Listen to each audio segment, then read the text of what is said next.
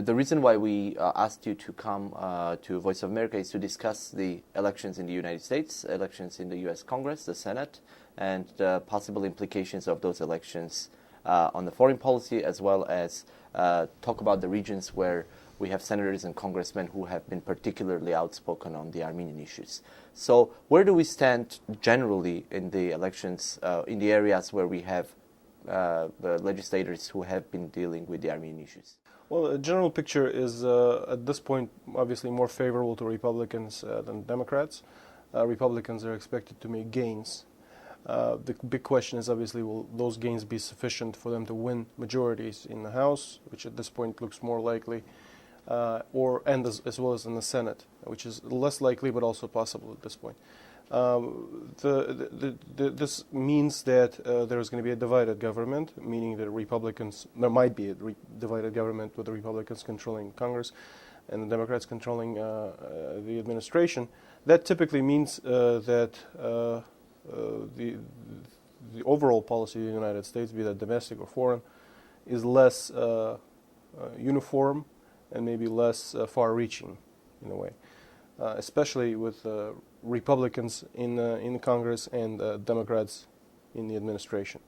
So, from the point of view of Armenian American community, this election signifies sort of an end to this very important window of opportunity that Armenians had between the election of Democratic majority in the House and rise of Nancy Pelosi, and now possible takeover by the Republicans in the House of Representatives.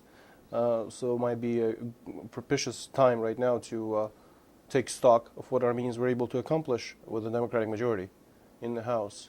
California, New Jersey, somewhat Massachusetts, and other areas where we have significant Armenian population are the areas where we had traditionally congressmen and senators who have been voted by Armenians. What's going on with the traditionally pro-Armenian senators? Well, the reason I mentioned that the Democratic control of the House of Representatives and the Senate created opportunities for Armenian Americans is not necessarily because more Democrats represent more of Armenian American ideals and where Armenian interests. It's just the states where Armenians constitute large constituencies tend to have Democratic representation in Congress. Those are coastal states, California, obviously, Massachusetts, New Jersey, New York, as well as Nevada in the west, and Illinois, Michigan in the Midwest. Now, obviously, with those states in contention at this point between Republicans and Democrats, in California, in Nevada, in Illinois, even in Massachusetts, which has long been a Democratic stronghold, we had a Republican elected as a senator in a special election about a year ago. You both have sort of Armenians very much in the center of the elections, as well as old friends of Armenian community endangered in those elections. And obviously, most prominent that come to mind are Barbara Boxer in California, Harry Reid, who is the leader of the Democrats in the Senate in Nevada. Both face significant challenges.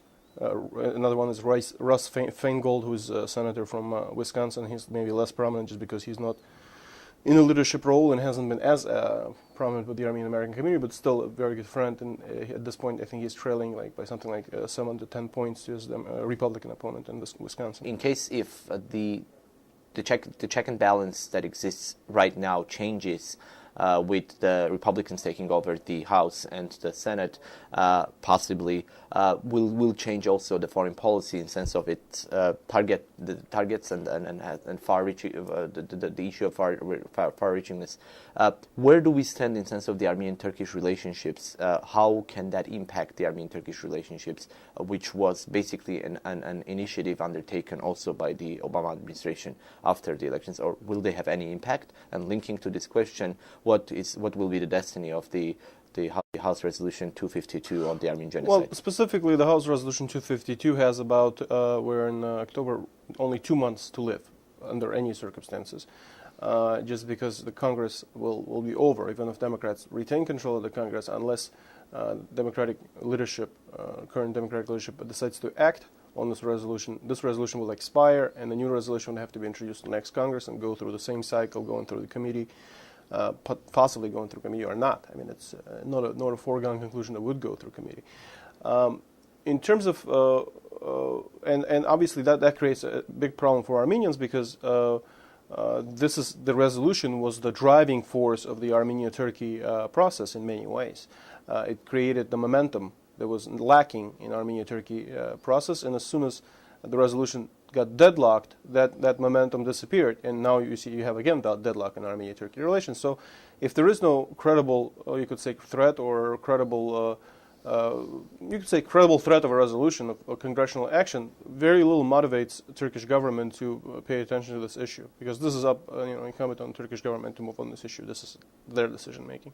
So, unless Armenian Americans create another momentum for the resolution, you won't have momentum in Armenia-Turkey relations. And this is independent of who controls Congress, who controls the administration.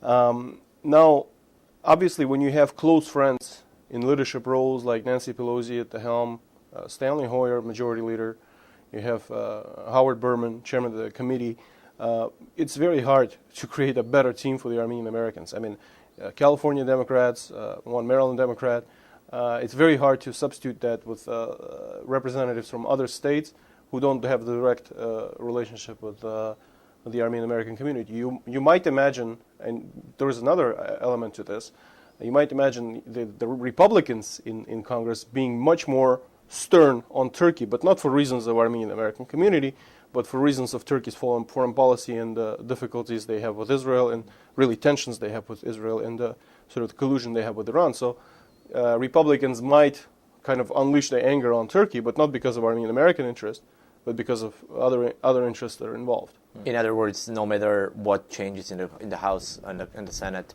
the resolution has to go to the Foreign Committee again and go the whole process. Yes, yeah. I mean, if it's a new Congress, every 2 years, all of the legislation, if it's not passed in the 2 years, it expires, and it would have to be introduced as another resolution with another number accomplished. Thank you. One last question about Bryza nomination. It's been a controversial topic with this Senate. We still have a hold from Senator Barbara Boxer and Rich Menendez on the nomination. What will most likely happen to this nomination? What can happen to it? Just possibly after the elections and the lame duck period, lame duck session. Yeah. You know that both Barbara Boxer, you mentioned, and Robert Menendez, they've introduced, they've asked the leadership to hold the nominations. After the elections, the administration will have to revisit this issue. One way or another, even if potentially Senator Boxer, does not retain her seat, Senator Menendez will. He's not running for re-election to this in this cycle. So there will still be a hold, most likely. Even in the next year. Say if administration, what would technically have to happen now is the holds are good until the end of the year. The administration will have to review the nomination next year, because again, all of the legislative process will be concluded for this Congress at the end of the year, and at the beginning of the next year they will again hear from the administration who they want to nominate. The administration might want to renominate Matt Bryza. In that case, Senator Menendez, and if Senator Boxer is still there, they might renew their holds, which Senator Menendez did in the case of Ambassador Hoagland a couple of years ago after Bush administration renominated him. So they would have to go through that process again. Now, it will be up to the Obama administration really what to do next, because clearly on the congressional side there is very clearly a hold. Even if Republicans control the Senate, those holds are still good. I mean, it doesn't matter who controls the body. The senators have that prerogative. Obviously, with Harry Reid as Senate Majority Leader, very friendly to Armenians, and actually also raising questions with Matt Bryza's nomination. It's easier to keep those holds in place than if you have another leader in the Senate. But I mean, most likely, if Republicans do get control of the Senate, that leader would be Mitch McConnell, who's also an old friend of the Armenian community.